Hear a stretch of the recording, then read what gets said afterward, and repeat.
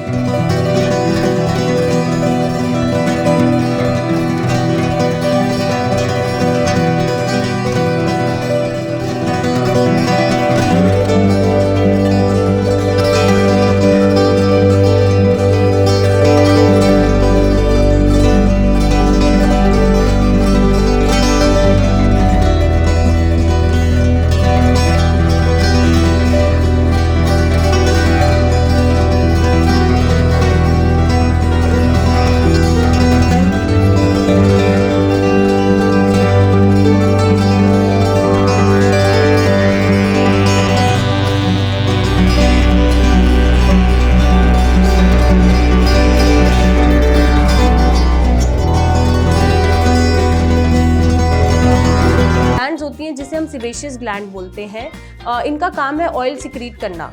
वैसे तो normal oil secrete करना ज़रूरी है इन ग्लैंड्स को, क्योंकि जो ग्लो है, जो नेचुरल शाइन है, वो आपको इन्हीं ग्लैंड्स के सिक्रीशन से मिलती है।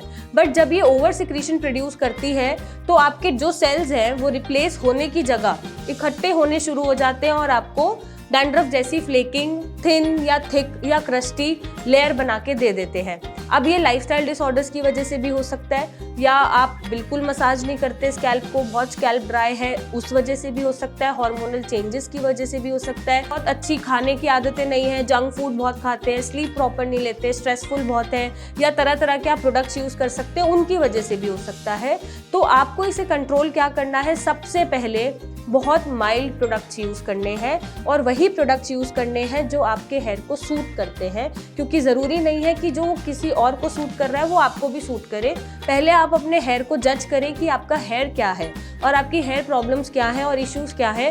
क्या मुझे किसी प्रोडक्ट को स्विच करने की जरूरत है किसी के कहने पे, या मुझे कंसल्टेशन की जरूरत है, या मैं सिर्फ मॉडिफिकेशन लाइफस्टाइल में करके इसे कंट्रोल कर सकता हूँ। तो ये चेंजेस आप करें।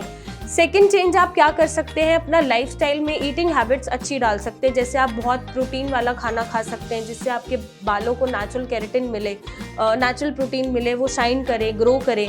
आप अपने हार्मोनल टेस्ट करा सकते हैं। अगर मैं स्पेसिफिकली बात करूँ फीमेल्स में, तो हो सकता है उन्हें कोई पीसीओडी की प्रॉब्लम ना हो रही हो या सफ़ेद पानी ना निकल रहा हो। और अगर मैं बात करूँ मेल्स की, उनमें टेस्टोस्टेरोन लेवल प्रॉपर होना चाहिए ताकि हेयर फॉल ना हो। तो इसके लिए आप एक्सरसाइजेस भी कर सकते हैं ताकि आपके नेचुरल हार्मोन बूस्ट हो और आपको कोई भी ऐसे डिसऑर्डर्स ना हो।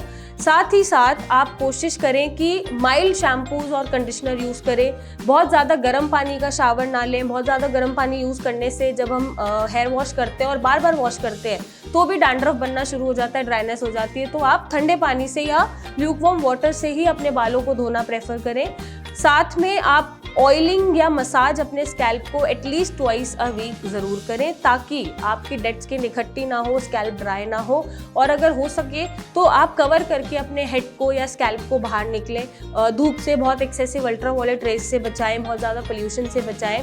स्ट्रेस बिल्कुल ना लें, क्योंकि नेचुरली सुंदर दिखने का एक ही फॉर्मूला है कि स्ट्रेस नहीं लेना है। स्ट्रेस सबके पास है, बट कितना सीरियसली आप उसको लेते हो अपनी लाइफ में वो डिपेंड करता है। प्रॉपर स्लीप लें, फिजिकल इमोशनल स्ट्रेस दोनों ना लें। तो इन सारी मॉडिफिकेशन से आप अपने डैंड्रफ को कंट्रोल कर सकते हैं।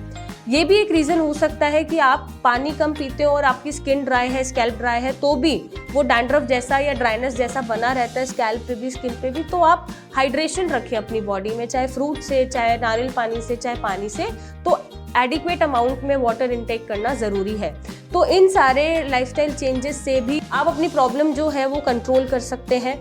अगर ये सेबोरिक डर्मेटाइटिस में बना हुआ है मीन्स बहुत क्रस्टी मोटी फ्लेकिंग हो रही है और ये पैचेस आपके कानों के आसपास ऑफ द नेक आ रहा है या आपको हेयर लाइन दिख रहा है, तो ये कोई और डिसऑर्डर भी हो सकता है। तो यहाँ पर आप अपनी समझदारी ये दिखाइए कि आप एक डॉक्टर को कंसल्ट करें जो आपको इसका सही सोल्यूशन बताए, क्योंकि ये सोरासिस भी हो सकता है, तो वहाँ पे डायग्नोसिस सही बनाना ज़रूरी है। तो इन सारी चीज़ों को आप खुद परखें, आप खुद देखें कि आप कौन सा प्रोडक्ट यूज़ कर रहे हैं और आपको क्या क्या चेंजेस करने हैं, क्योंकि ये जो प्रॉब्लम्स होती हैं ये सिर्फ प्रोडक्ट से या फिर ट्रीटमेंट लेने से परमानेंटली नहीं जाती है। इसके लिए आपको इनपुट देना पड़ता है, आपको अपना लाइफस्टाइल थोड़ा चेंज करना पड़ता है। एक टाइम के लिए वो ठीक होगी, फिर आप वापस से वही लाइफस्टाइल पे आ जाओगे, फिर से वो हो जाएगी। तो ये बार बार चीज़ें रिलैप्स ना हो और आप डॉक्टर से बचे रहें, उसके लिए आपको ये लाइफस्टाइल मॉडिफिकेशंस करने ज़रूरी है। आप चाहें तो मुझसे कंसल्टेशन ले सकते हैं, डिस्क्रिप्शन बॉक्स में हमने अपना लिंक सबमिट किया हुआ है, आप उसे सबमिट करें और आप इसकी कंसल्टेशन ले सकते हैं, अपनी हेयर कंसल्टेशन ले सकते हैं या कोई भी स्किन डिसऑर्डर की कंसल्टेशन ले सकते हैं। और भी आपकी प्रॉब्लम्स का सल्यूशन जानने के लिए आप हमसे जुड़े रहिए, ताकि हम आपको किसी भी हार्मफुल केमिकल से बचा सकें, आपको बुढ़ापे तक एक यंग स्किन और हेल्दी बाल दे सके। So stay connected with us and stay tuned for next video. Till then, stay beautiful.